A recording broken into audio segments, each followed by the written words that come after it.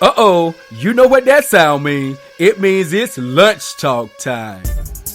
Welcome to the all-new Lunch Talk Show with Mike and Star Carter. This show will discuss relationship, family, celebrity news, and much, much more. So stay tuned, because you never know what the Lunch Talk crew is serving up every Friday. What's up, Lunch Talk family? We are back with an all-new Lunch Talk with Mike and Star. So how you doing today, Mr. Carter? Oh, I'm making it. I'm making it. Lunch Talk family, what's going on? All right. So we are in the third week of February. Last Friday was Happy Valentine's Day, so I hope you all had a great Valentine weekend. A lot of you might have been off Monday for President's Day, so you might have had yourself a long weekend. So either way, I hope y'all had a great love weekend. Yeah, it was pretty cool. We had a good one too. You know, Yeah. I don't want to, toot our own horn, but my wife took me on my first paint and pour type of thing for Valentine's Day, and it was pretty cool. So I think she posted some pictures on our personal page. Yeah, I did. I posted a picture that we took while we was there. I did. Yeah, okay, cool. So I don't think it's on Lunch Talk, but It it is. Oh, okay, awesome. Yeah, so it's on guys, Lunch you can Talk. check it out. It was pretty cool. We did a little paint and pour, had a little wine, and did a little painting and stuff on a romantic dinner. It was a whole night of fun, guys. Comedian show. The whole shebang, Yeah. and it was cool. My first paint and pour, it was pretty cool. Yeah, it was a really good time. It was my first one too, so it was a really great experience. So I really did enjoy it. If you are in the upstate area, make sure that you check out Indigenous Underground in Abbeville, South Carolina on Trinity Street. It's a Black-owned establishment. So yeah, they always have like stuff like that going on, comedy shows. They also have poetry night. So if you are in the upstate and you're looking for something fun to do, check out old Abbeville, South Carolina, and go to Indigenous Underground. Once again, I think their address is 117 Trinity Street. So check them out. They always got something going on. You can also go on their Facebook page. Okay, guys, yeah, and we take it from Lunch Talk. You guys will have a great time. It's a great environment. It's for grown folks, and it's cool, man. I like that. I don't really do the club thing, but that right there was up my alley. I like that. Yeah, it was really cool. Really cool. All right. So if this is your first time tuning in to Lunch Talk with Mike and Star, what we do now is our appetizer part of the show. My husband kicks off what we call the interesting tidbit. So what do you got today for us, babe? Oh boy, Lunch Talk family. We always give y'all a little insight on previous shows that we did because we like to keep tabs on them, to see how they're coming along and see what's going on with them. So for some of our older listeners, a couple of, about a year ago, I think, maybe a year and a half ago, we did a show called the Android Sex Dolls. And we did a recap on that about they had a little malfunction and the sex dolls were actually hurting or causing damage to their owners. Mm-hmm. So they did a little recall on them. So, we kept you tabs on that. And Lunch Talk, the sex dolls are back in the news again. Mm-hmm. Back in the news again. Houston, Texas, guys. Houston, Texas has put in a bid to start their first full functioning Android sex doll brothel. Houston, Texas, people, listen to me, Lunch Talk. Houston, Texas has put in a bid. They finna start this thing. They getting a lot of, feedback, a lot of negative feedback from the people in that area because they really don't want it there. But hey, the owners and the makers and their partners said they got enough money and it's gonna happen. Mm-hmm. It's gonna happen. It's gonna be a fully functional brothel with nothing but sex dolls. It's going to have 1 to 2 humans working there, and they're going to be like the people that's prepping these dolls and cleaning these dolls after each encounter. They're going to change the outfits, do the nails, wash them up, freshen them back up for the next client. So they're only going to have like 2 humans working in this entire brothel of sex dolls. Guys, really, I'm not making this stuff up. I want you to hear this, guys. Let's talk, give y'all some good stuff. We don't make this stuff up, but guys, check this out. Let me pull it up real quick. I want you guys to check this out now. To let y'all know that we're not so far-fetched, okay? Hold on, here we go. Here we go. New developments in the sex robot brothel coming to Houston. Turns out it won't be opening as soon as planned. The city has ordered work be stopped at the Richmond Avenue office building where the business intended to open this week. Today, our Matt Doherty is live from the Richmond Strip with an exclusive interview with a woman who says she works there. What's the deal, Matt? Well, Ron, the city says the code enforcement officers performed an inspection of the building and saw that some of those business owners had already started demo work without obtaining a permit. Inspectors say they found work crews doing electrical wiring and even installing a shower in Suite 265 of this office building. We went inside today to see if anyone was there. Many of the suite numbers had been removed from the second floor, and the red tag from the city was nowhere to be found. We met with a woman who says she's been hired by the sex robot company to maintain, dress, and style the sex dolls at the brothel. She asks that she not be identified, but tells us the robots are here. And she's already started working with them. Because the dolls have not been activated yet. I mean, they barely even have their wigs on. Basically, it's going to be like I give them a full-scale once-over. It's like a crossbreed between a physical, going to the OBGYN, and going to a skincare specialist. That woman you just heard from says she believes the business will be very successful and says the company owners aren't deterred by pushback from the city. She says they're well-financed and willing to see this project through to completion. Now, if it ever opens, this would be the first sex robot brothel in the U.S. Mayor Sylvester Turner has already expressed his opposition to the business, saying it isn't welcome in the city of Houston. Coming up tonight at 6, we'll hear more from that woman. It's a very interesting interview. Okay, guys. Now, you heard it straight from the news source. Guys, we don't make this stuff up. So the city blocked it. Yeah, but they said, you heard them? Mm-hmm. We are well-funded, and it will happen. Yeah, I see that it was from YouTube. I see that happened a year ago, so I wondered did they actually get it off.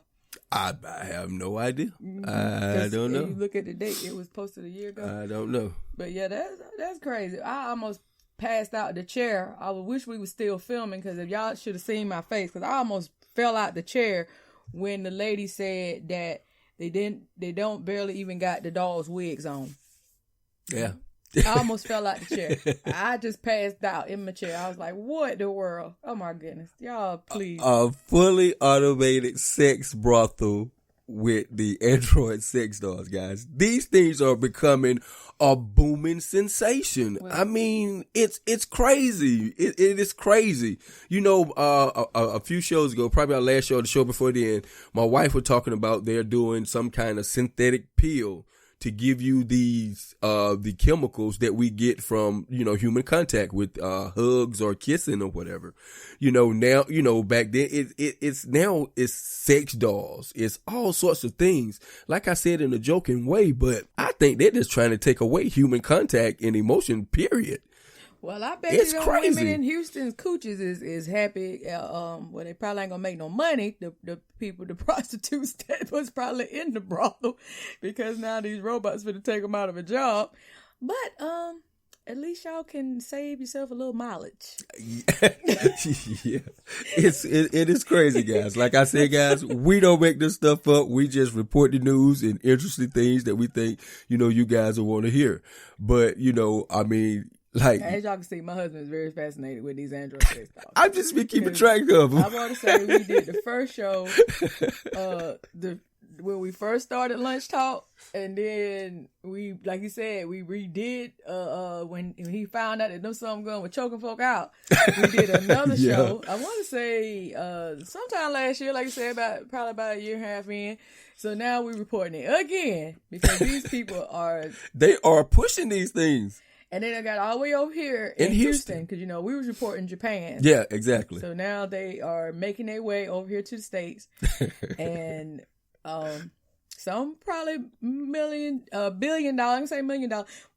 dollar oil mogul probably down there. If you in Texas, a lot of billionaires that got a lot of oil probably got their hand in that. Yeah, because they say they are well financed, and they ready for the fight. But the city of Houston said they don't want it. They ain't welcoming it. But you know what?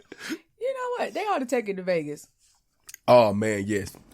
What happens in Vegas stays in That's what I Vegas. said. If they probably want to be successful and not have to go through all that, they should just take it to Vegas. Yeah. Everything else go on in Vegas. Everything. Yeah. I mean, they already got legal brothels out there, so they might well. Yeah, but it to Vegas. it was just funny and amazing. Well, I ain't gonna say if they keep the doors clean, I don't guess you have to worry about STDs. I'm pretty sure you have to jimmy up. You know, yeah, like of course, they got to keep the doors clean. Yeah. So that's what I said. Those two females working there, you know, that's their job. They clean them up and get them ready for the next client or whatever. But guys, you know, human contact, man. They trying to eliminate it, man. Eliminate it. So, you know, everybody's, you know, you ladies out there been saying that you don't need men and you don't need this, you don't need that. They finna make it so that you won't need men and men won't need you guys. I mean, hey, you see it. I look at it like this. If they're going to keep making these women dolls, and need to go ahead and make some men dolls if they ain't already started. Yeah, well, y'all had y'all men dolls in the dresser drawer for a long time. No, I'm just saying we need a whole doll. Because y'all too, they got pocket coochies. They also got, what else they call it? The blow up dolls. See, the blow up dolls, they ain't doing nothing. They ain't doing nothing. These things right here actually, you know, can throw it back. That's what I said. You know, the pocket coochie supposed to have that same sensation or whatever with the pocket cootie. But either who, that's what I said. If they're gonna keep trying to supercharge up these dolls for the guys, they need to go ahead and do the same thing for the ladies. And then, like you said, neither one of y'all would need human contact because you both have your own perspective doll. Exactly. So, well, I mean, guys, and another thing reporting on the news, on that part of the news, the price, it's reasonable. I mean, you know, if you got that type of money, the dolls start at $10,000. Yeah, we had. And they move up from there. You know, depends on what you want, how you want it. If you want some special stuff added, it's just like a car. You know, if you want the bells and whistles, you're going to pay a little more. But if you want just the basic model, you know, it'll start about, you know, $10,000. Okay. All righty. Well, you got anything else you want to say on this? No. Soup? Well, not the soup salad. Lord have mercy. The interesting tidbit. I know. No doubt do it. All right, guys. So, once again, we are reporting the Android sex doll sex market out there. Gee whiz. Oh, y'all ain't going to stop with this one. All right. So, now it's time for the soup and salad part of the show. So, what I do is a soup and salad for our new listeners out there. And today's super salad is, y'all know what time it is. It's not only Black History Month, it's not only the Love Month, but it's also the time that most people file their taxes for the tax year 2019. This is the time that a lot of people that's going to get some money back, they like to file their taxes usually around February. March is kind of late because by April, you know, it's a wrap anyway. So usually people that know they're going to get some money back, go ahead, file in February.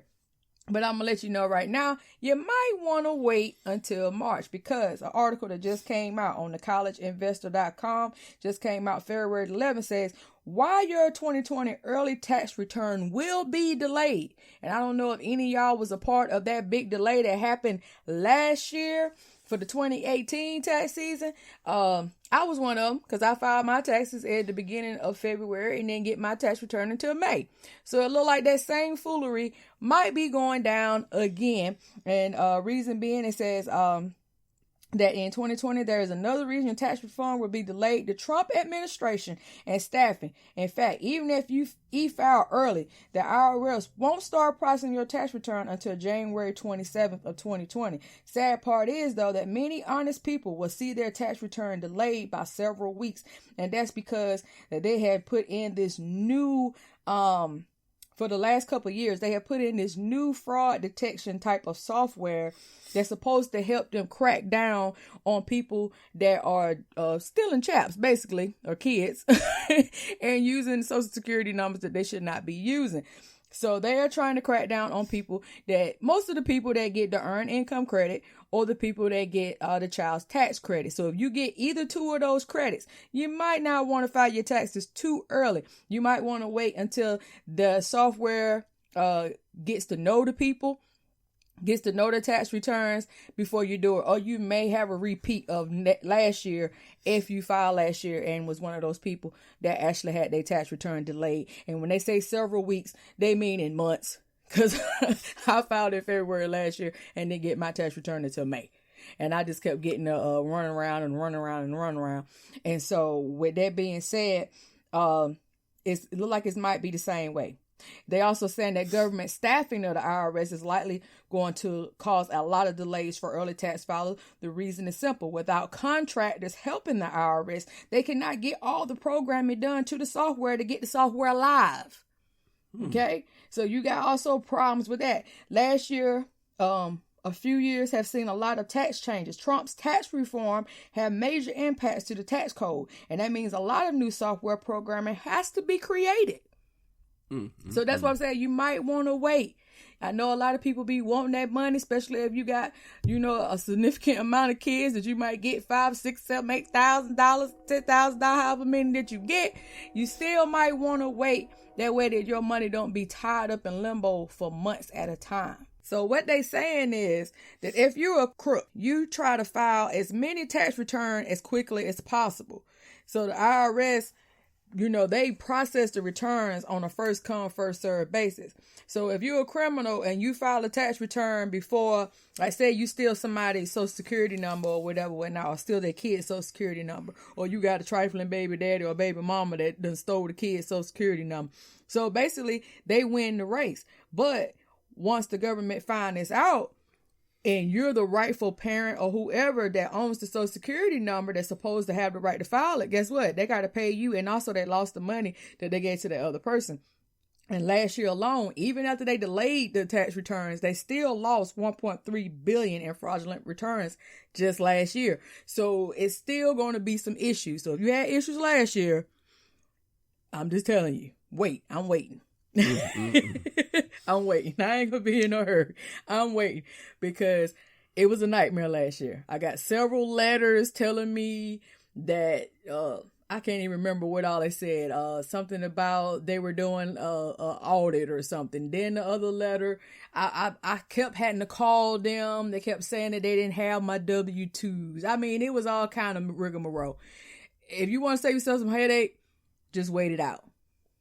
Okay. Wait it out. That's all I'm going to say. Okay.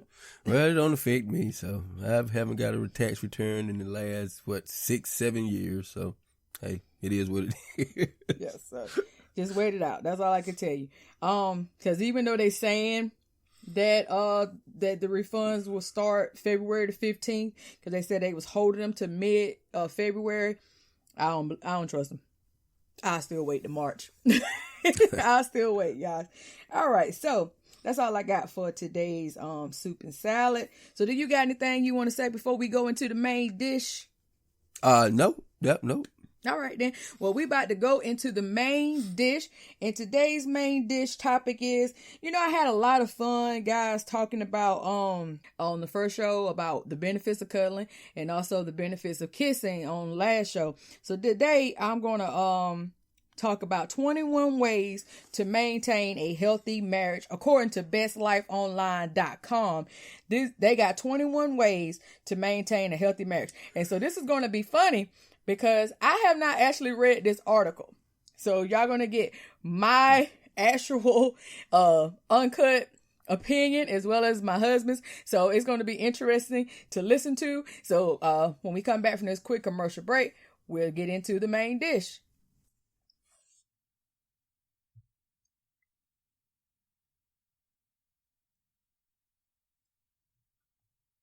All right, guys, so we are back from the commercial break. We appreciate you tuning in to Lunch Talk with Mike and Star as always. So the main dish topic is 21 ways to maintain a healthy marriage.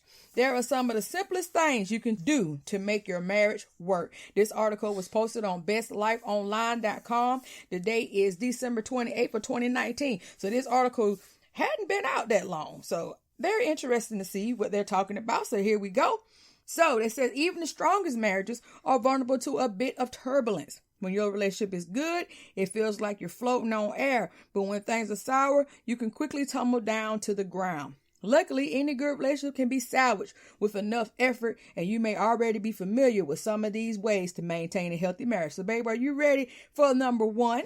Oh, yeah. Let's get it going. All right. So, number one, it says, look at pictures of puppies together. pictures of puppies? Is that what it says? It says, do you and your partner sit in bed scrolling through adorable puppy pics together? That joint activity isn't just making you squeal with delight. It could also be helping your marriage.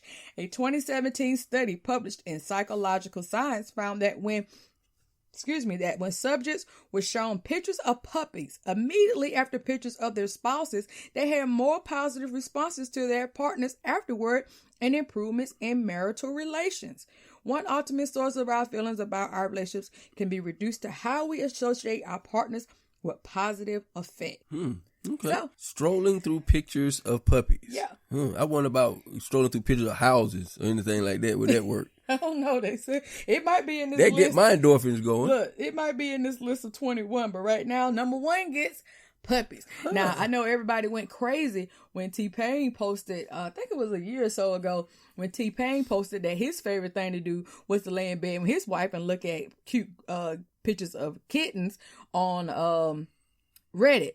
That was one of his favorite things to do. He said, I should be in the studio, but I love looking at these cute little kittens with my wife in the bed. So T-Pain like to look at little kittens, little furry little kittens. Okay. Yeah. To with his each wife. his own. But anyway. And it went viral. Everybody was in love with T-Pain. They said, Of course. he's so Yeah, sensitive, of he's so course. sweet. Of course. Yeah. So, all right, guys. Number 2. It says, write down your feelings. All right. When in doubt, journal it out. I'm a big fan of the journal. Journal it out. Researchers at Northwestern University in 2013 found that couples who partake in a routine journaling exercise about their relationship experience increased marital satisfaction. However, it's important that you don't only write down the things that bother you about your partner. Keeping a list of the positives as well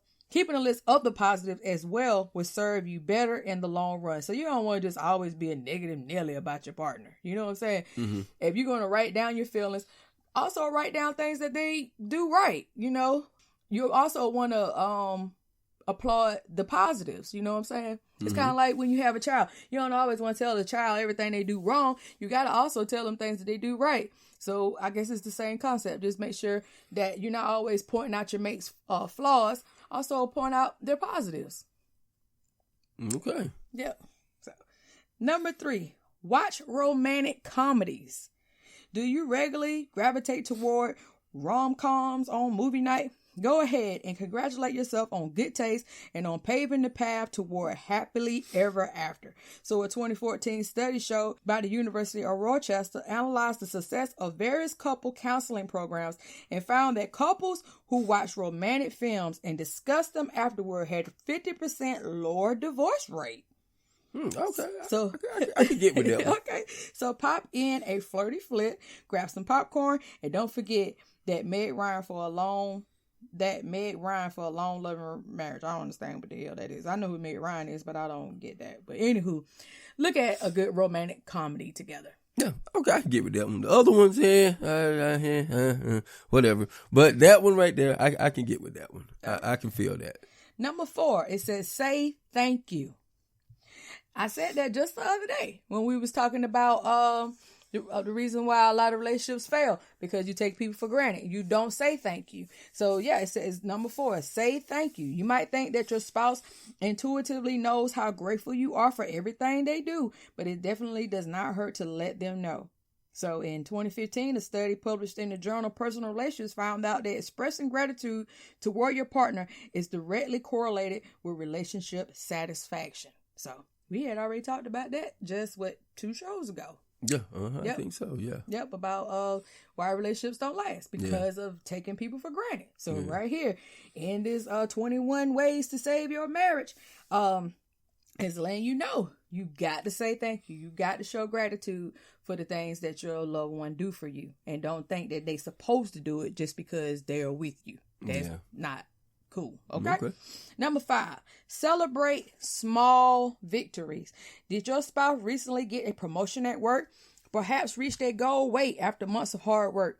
These momentous occasions call for a celebration. Your partner will appreciate the support, and the positive praise will work wonders on your marriage. I think that's that go hand in hand with the thank you, because also showing your partner that you support them in their endeavors and letting them know that you got their back. That's just another form of showing that you love them, even if you don't always agree with some of the things that they do, but just letting them know that you have that they have your full support and with the things they do, then that can really, really help a relationship. Because say if your spouse wanted to start a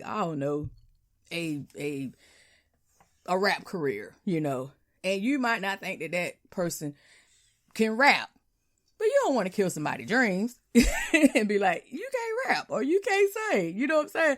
You want to support them in their endeavors because you also want support. So I just feel like those things like that, it's just a part of being a supportive spouse. What you think? Well, guys, I've been trying to keep quiet on these things because I guess everybody think I'm a negative Nelly. I always attack certain things, but this one I got to chime in on. I got to chime in on this one. I don't agree with that. I want somebody to tell me the truth. Cause if I can't sing or if I can't rap, if I can't do anything, I don't want to be out there spending X amount of dollars or putting all my time into something that I know that the average person probably wouldn't like just because it sounds good to me or I think I can sing or whatever. You know what I mean? I would rather for my spouse to be honest. I'm not saying just come out there and say, man, you sounding like a busted tailpipe. Don't say nothing like that. But honey, I think you need to revamp that singing thing. I mean, you need to take lessons first or, something in that area. Like I've always said, it's not what you say, it's how you say it. So on that one right there, guys, I got to chime in on that one. No, I don't think that's a good idea because you can have your mate looking like a fool. I mean, really, because, yeah, I got to chime in on that one. I don't think that one's a good idea. I think you should be honest, but be tactful, but be honest. Okay. So they said that couples who regularly celebrate the good times have higher levels of commitment, intimacy, trust, and relationship satisfaction.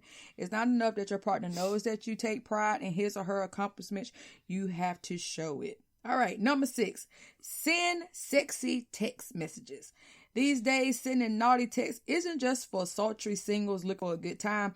Even married couples frequently turn to text to keep the spark alive.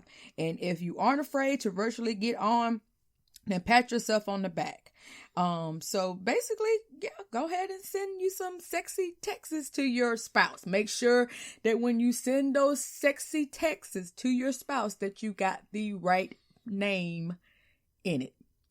That would help, yeah. Yeah, because I was actually looking at I forgot what, it was some TV show I was looking at Sunday, and no, it wasn't Sunday, it was Monday, and they accidentally, this youth pastor, he accidentally sent out a email that was supposed to be sexy to his fiance, and actually sent it to the whole youth part of his ministry congregation. Yeah. So be careful. I would love to hear or see what he had to say. Then I say, so be careful. Be careful as you say. Make sure that when you sending those sexy pics, sexy texts, that you check and double check and triple check to make sure that you got the right person up in the send box. Email or text, however you want to send it. Just make sure you got the right person. That's just my personal tip on that one. Yeah, that's a good point. Good point. All right. So number 7, but don't rely on texts to communicate. So from that, okay, make sure that we are having conversations. And I ain't even read the article part about that. Just make sure we having conversations when it's something to me that is important, because text can be read wrong. And they normally are. Right? Mm-hmm. So I would say if it's something important that you need to communicate with your mate, pick up the phone, especially if you know they are able to talk, call them. Don't send them a text.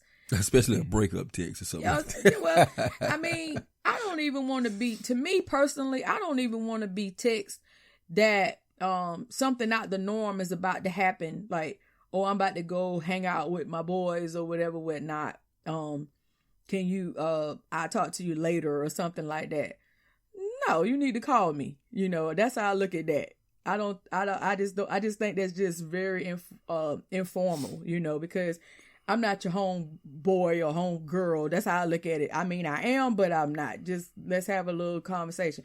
I probably wouldn't care that's what you're about to do, but it doesn't hurt to call me and be like, hey, I'm about to go hang out with the guys. You know, is everything cool with you? You about to what you gonna do, you know, or just something, just a little small talk, you know, or go a long way for me is, you know, my own personal preference, you know. Well, I do that a lot, though. Mm-hmm. I do that a lot. If I'm going to hang out with a friend of mine or a homeboy of mine or going to a jam session, you know, I send a text, you know, just be like, okay, I'm going to hang out with such and such today, you know, and, you know, I mean, I don't see anything wrong with that, but I mean, now, if you're going to do something like going out of town or something like that, yeah, I would say let's chit chat a little bit. But, you know, if you just going to hang with somebody in your hometown or whatever, you know, a text, I think that would be sufficient. But, you know, to each his own. Mm-hmm. All right. So, it say talk in person as often as possible or make time for a call when you're not physically together. Really, anything's better than a thumbs up and a winky face emoji. So, that's number 7. So now we're about to go on to number 8. And don't be too attached to your phone in general. Too many people let their smartphone become a third partner in their relationship. A 2018 study found that people who were attached to their smartphones reported less certainty in their relationship. Similarly, people whose partners were always on their phones reported being less satisfied. So if your spouse feels that you have an unhealthy attachment to your phone, they may also worry that something is lacking in the marriage. So try to keep your device in your pocket whenever you're together. I can see that happening because I think there is a lot of things that really go on in relationships, because we talked about social media ruining your relationship. We talked about people, you know, not being able to have their partner's passcodes. We talked about inboxing and all kind of stuff now that you can do on the phone that you couldn't do in the 90s and the early 2000s. You know, now that social media and the Snapchats and the Twitters and the WhatsApp app and WhatsApp or whatever they call it, they got all kind of ways to communicate now. And I feel like when you are with your spouse, I feel like if y'all know you about to have a time together, then I feel like then you both should put your phones away, not just one-sided. But if y'all just chilling and, you know, I mean, I don't see nothing wrong with you both laying in bed playing a game if y'all not trying to engage into each other. You know what I'm saying? I don't feel like you don't have to have your phone out at all. But I just feel like if it's a time that y'all know that you're about to spend some quality time together, and I would say put it up. What about you? Yeah, I would say the same thing because, you know, in today's society, like I say, all these things right here, this is in the perfect world. I think all these things are coming from. But in today's society, you know, half of these things might not, you know, be relevant or be sufficient because, you know, like now, everybody's on their phones. I mean, you know, people got businesses, people doing this, people doing that. But she's right on that point. If you have planned something, that's what we're trying to get to, plan something. Now, if you guys have planned a little intimate time or a romantic dinner, yeah, it's very rude for you sitting up there on your phone. But, you know, if you, like she said, if you're laying in bed or chilling or something like that and you're on your phone, no, I don't think nothing wrong with it. And if your mate needs that much attention, I mean, to me, that's a two-headed sword. You know, I know you got to give your mate attention or whatever, but, you know, today's society is a little different. So, you know, people on their phone doing everything, you know, business, pleasure, you know, it all. So, yeah, I agree with you on that one, too. All right. Number 9, go out for date nights. If you're one of the married couples that still considers date night sacred after years of being together, then you're already on the path to success. I love date nights. I feel like when we went out for Valentine's Day, that was a date night that we had not had in a while. You know, of course, we done been to the movies, you know, a couple of times and stuff like that. But as far as a real date night, something that we did as a couple, the little painting and stuff like that, I feel like that was really, really great. So I feel like date nights are very necessary. Very necessary. Yeah, I agree with that too. Yeah, so you don't have to go every weekend somewhere because we always say about saving and, you know, make sure that you're taking care of the real personal, real important things in your households and stuff like that. But at least once or twice a month, if you can afford it, I feel like you can go on a date night. And date nights ain't got to be very expensive. I mean, you just got to look for some of the things that's going on in your area. You know, me and my husband, we was able to do a paint pour, also have a full course meal with drinks and dessert and a little comedy show for $65. I mean, so stuff don't have, I mean, that was for us too. $65. So you can find things. You just got to be a little creative. And if you can't go out, then guess what? You could create date nights at home. You know, if you got kids, you might can get a babysitter, and then you could cook something, have a romantic candle dinner, you know, plan a romantic movie, like it said, and y'all can sit there with your popcorn and, you know, look at a romantic movie together. Like I said, you could cook, have yourself a candlelight dinner. There's so many things you could do at the house if you can't afford to, you know, go out and about. So don't let money be a reason why you can't enjoy yourself. What you think? Good point. Another valid point.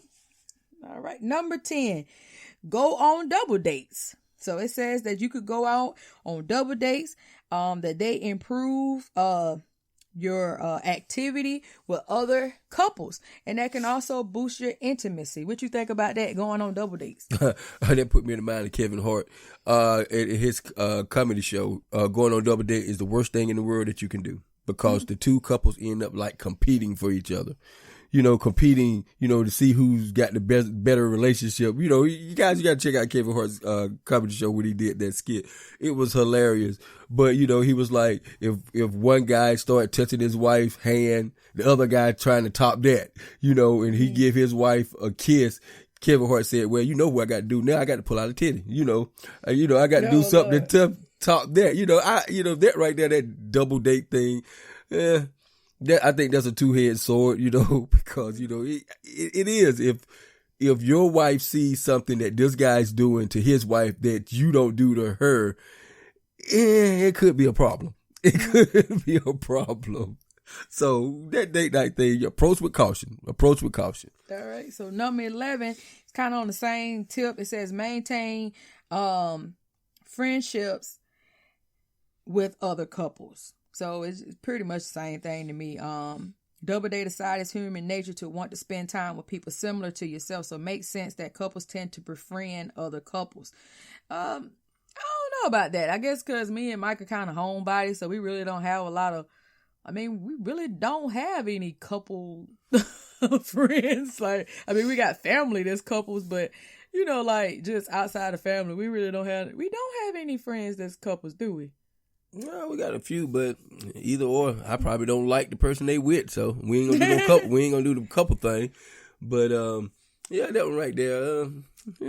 I said that I wanted to find out other couples, because when we did the show about single people, hanging out with married people, you know, you really wasn't on board for the single people hanging with married people. When we did that show, I guess it was like a year or so ago. So how has your feelings changed about that? I mean, it's the same, you know.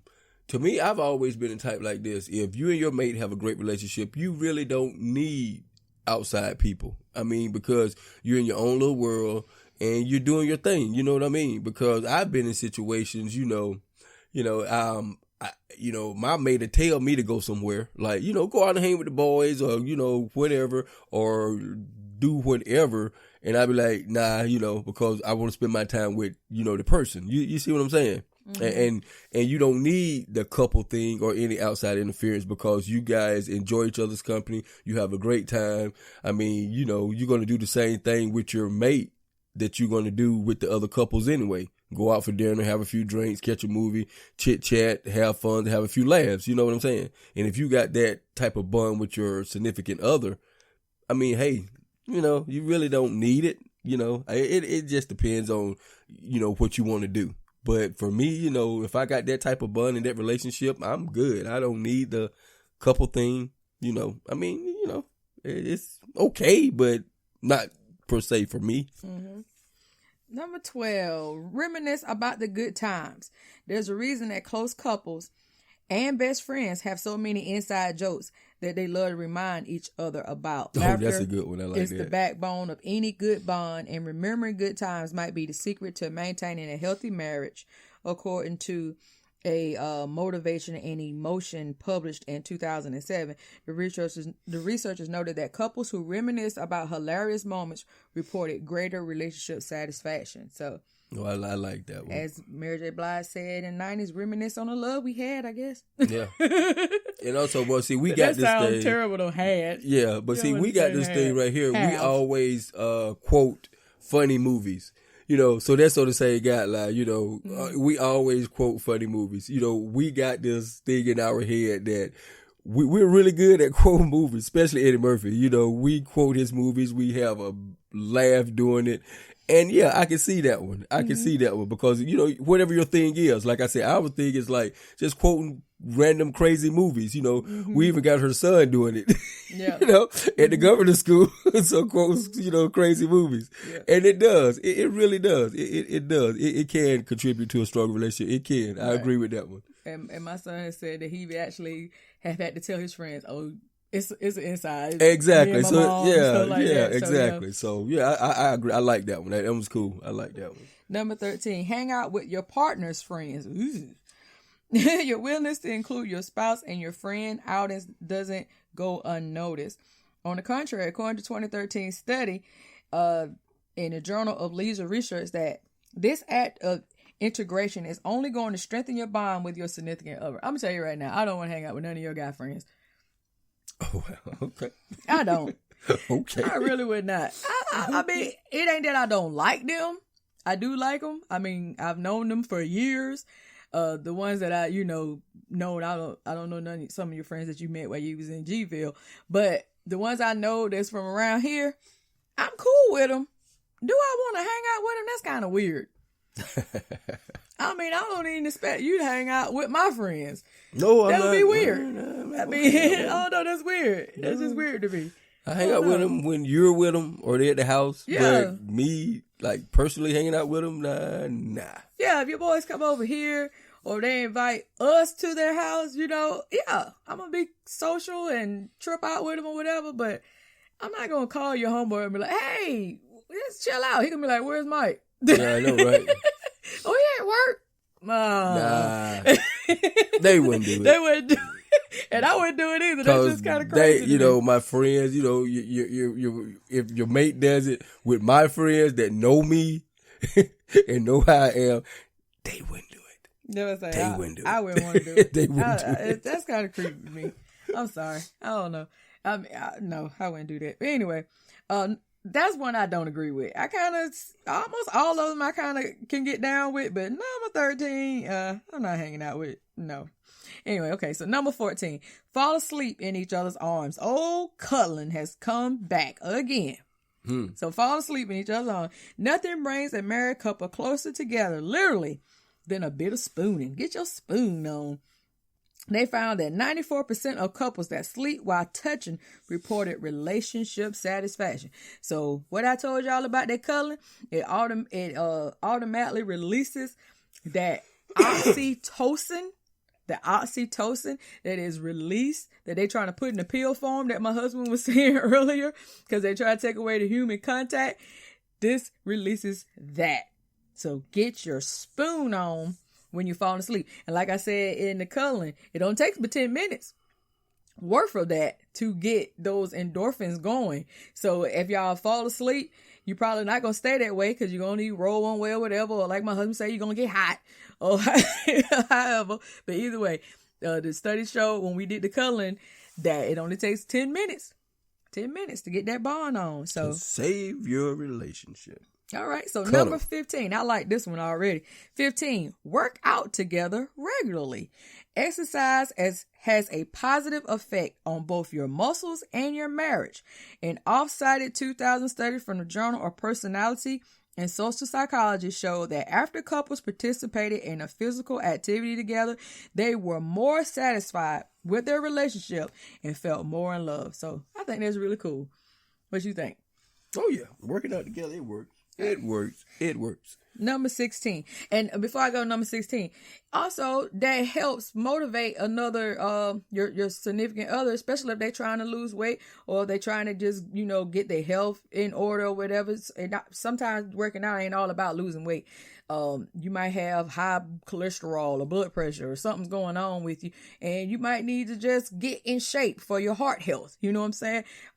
Because people that are skinny does not always equate to good health. Skinny don't always equate to good health. So, exercising is just good for your mental, to me. It's good for your mental stability. It also helps to release those same positive endorphins. When you are getting a good workout on, it releases the same serotonin that a lot of people get when they take antidepressants.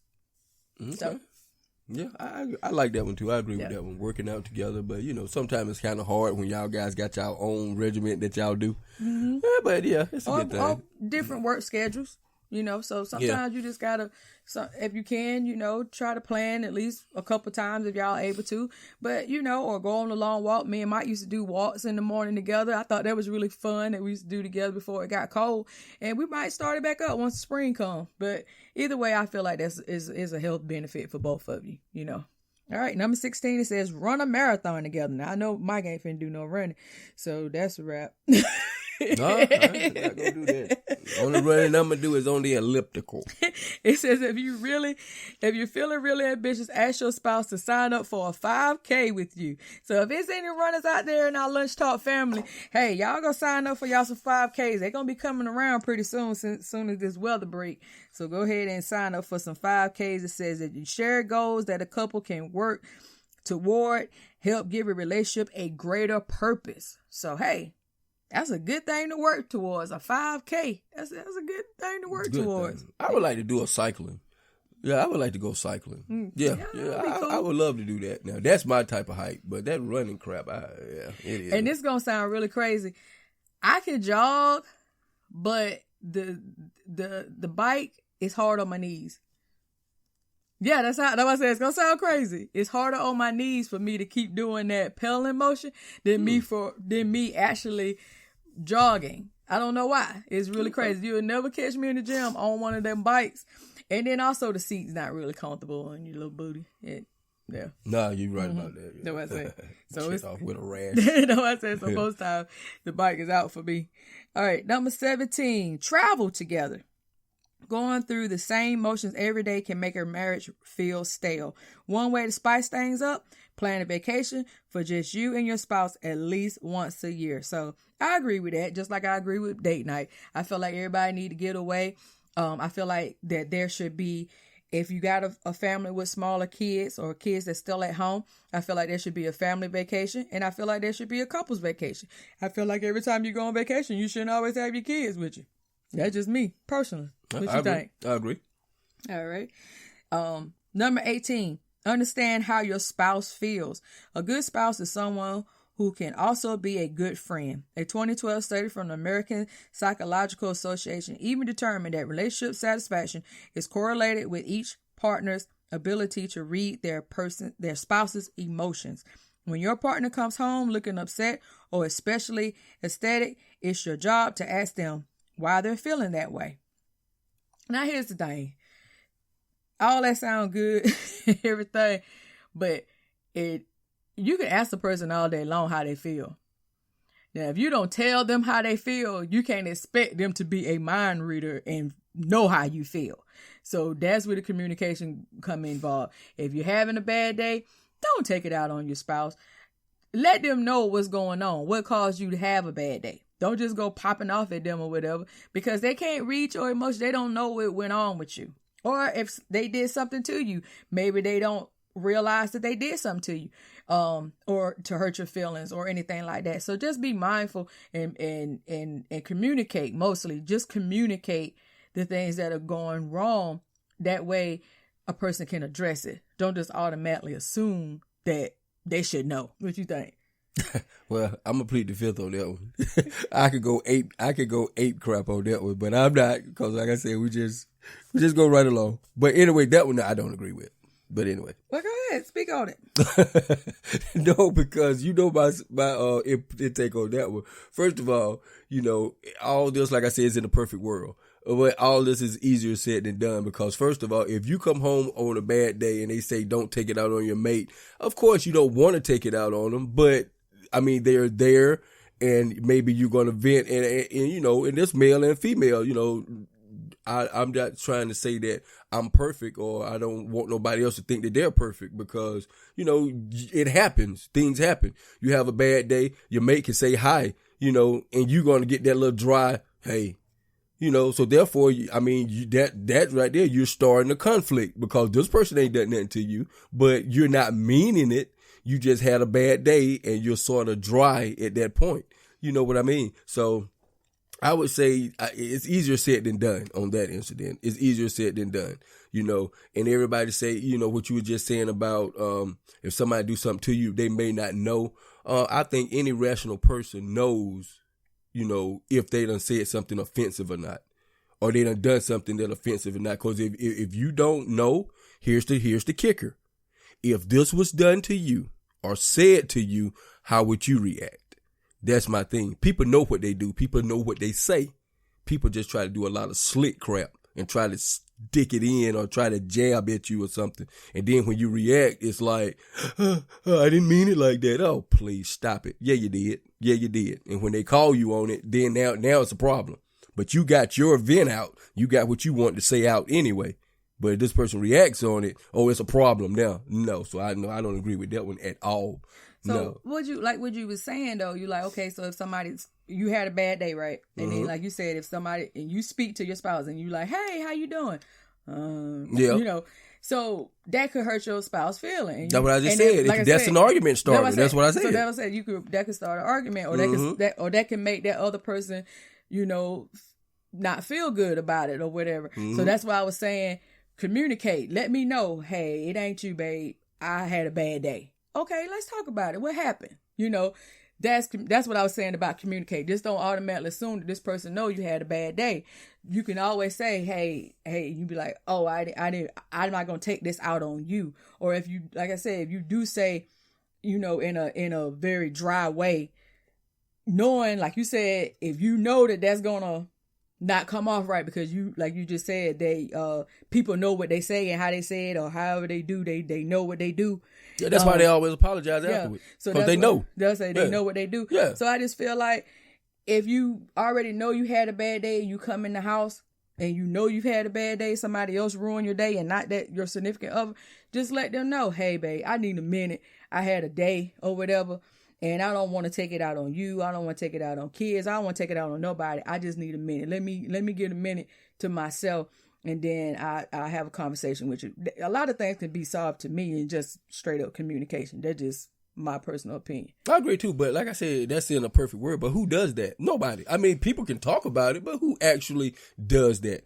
Take that extra initiative to address that and say, it's not you, it's me. No, they're not going to do that because when they come in the house, they're going to be dry. They're going to have the butt on their head, on their back, and they're going to come and they're going to get that dryness. And only time they're going to say something then, if your mate reacts, then they're going to come off and say, well, I didn't mean it like that. I was having a bad day. But who's going to often just come out the blue in the beginning before it escalates? Who going to come out and say, look, give me a minute. I had a bad day. Who does that? And nobody. And that's why I said nobody. That's a great point that you just made. That's why I said we need to be more mindful in the things that we do in our relationships because of that. You know, we shouldn't wait until it get to a heated argument to say what it was that you could have said at the beginning. Exactly. Yeah. Then they'll tell you. That's why I said now that's the great point. We need to be more mindful so that it don't go to a point that it don't have to go to without the communication. When you don't communicate, that's what happens. So very good. Very good. Number 19, make sacrifices. A good marriage is all about the give and take. You may not want to go to the grocery store, but as a devoted spouse, you're willing to put your own interests aside for the sake of compromise.